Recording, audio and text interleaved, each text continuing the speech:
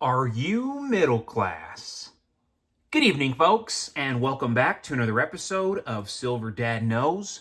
Remember, always live with no edits. If this is your first time here, hit that subscribe button now, as you're going to like what I'm about to say. So yes, folks, just to begin this evening, I am showing off an incredibly rare piece right here. And I would actually say one of my favorite presidents. But you were looking at a James Madison U.S. Constitution 200th anniversary round. Of course, .999 pure silver. James Madison, known as the father of the Constitution, was instrumental in drafting the document during the Constitutional Convention of 1787, ensuring a strong framework for federal governance while balancing state and individual rights. Madison's Virginia Plan became the blueprint for the Constitution, introducing key principles like separation of powers and checks and balances. He co-authored the Federalist Papers, advocating for the Constitution's ratification. Madison championed the Bill of Rights, safeguarding individual freedoms. His vision and dedication cemented his legacy as a central architect of American democracy. And that's why I will often say that our founding fathers were geniuses. We had a combination of young men, middle-aged men, and older men who shaped America. Every single one of them, they were genius level. The way they thought, the way they believed in themselves, and the way they saw the world, it was truly genius. And even all these years later, over 2 centuries later, I'm proud to be an American. I'm proud of who our founding fathers were and what they did wholeheartedly.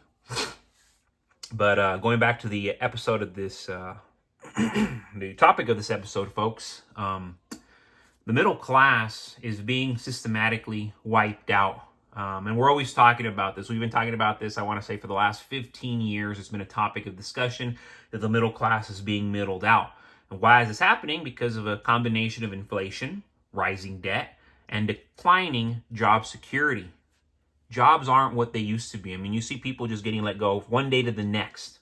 One day to the next with hardly any compensation. Most of the time, I'm seeing no compensation.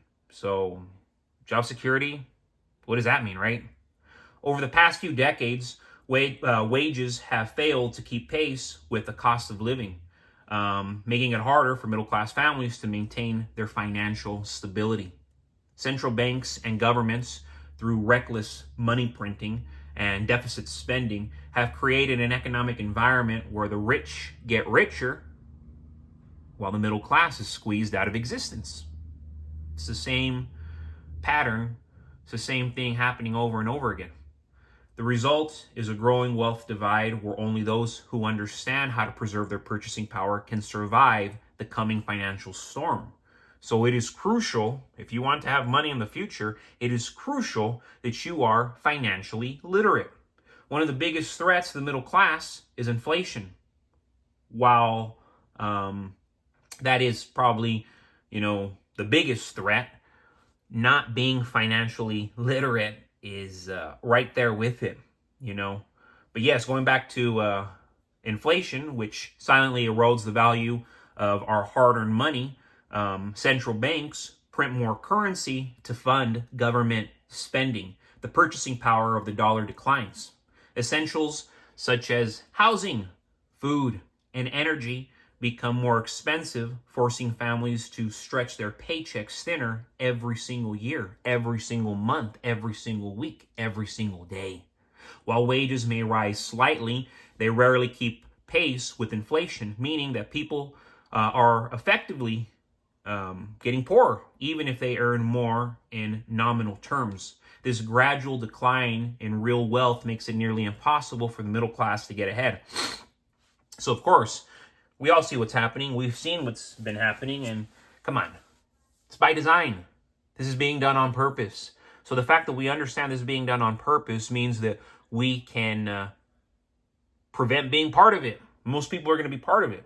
That's the unfortunate part, but it doesn't mean we have to be the majority, because we already see what's happening in real time.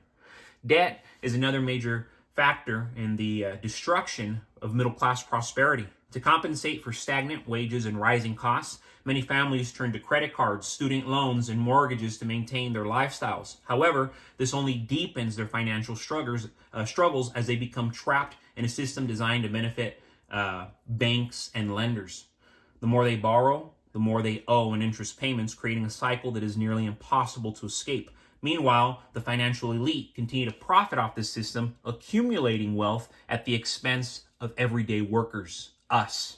Amidst this financial turmoil, silver stands out as a powerful tool for preserving wealth. Unlike fiat currency, which can be devalued at will, silver is a tangible asset with intrinsic value. Throughout history, silver has been a hedge against inflation, maintaining its purchasing power even when paper money collapses. It is highly liquid and portable, making it a reliable store of value that can be easily traded or sold in times of crisis. For those looking to break free from the financial traps set by governments and banks purposely, stacking silver offers a path to financial independence.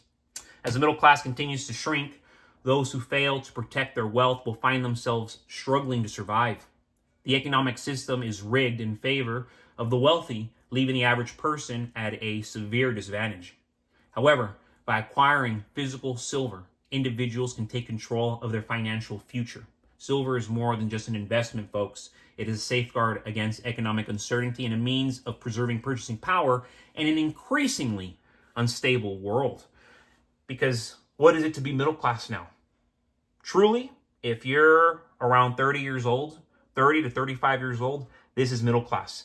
You and your spouse, or you individually, having a net worth of at least $50,000 to $100,000. Net worth, accessible money, and of course, stuff that you own, assets. If you own cars, you have equity in your house, you have precious metals, you have cryptocurrency. I'm talking about actual assets. $50,000 to $100,000 net worths should be the bare minimum for people who are 30 to 35 years old. You know, people who are 35 years old, ideally, at that point, I would say you should have at least $100,000 to your name between you and your spouse. And the reality is, folks, most people, 30 to 35 years old, they probably don't even have a quarter of that. So those are the times we're living in, folks. This is my sound advice and what I can see that can get you ahead and get you thriving in the future. But of course, we have to make it happen ourselves. Nobody's going to hold our hand. Life is hard, and it's even harder when you're not preparing. But as always, folks, thank you so much for joining us for another evening of Silver Dad Knows. God bless you. God bless your household. And God bless America.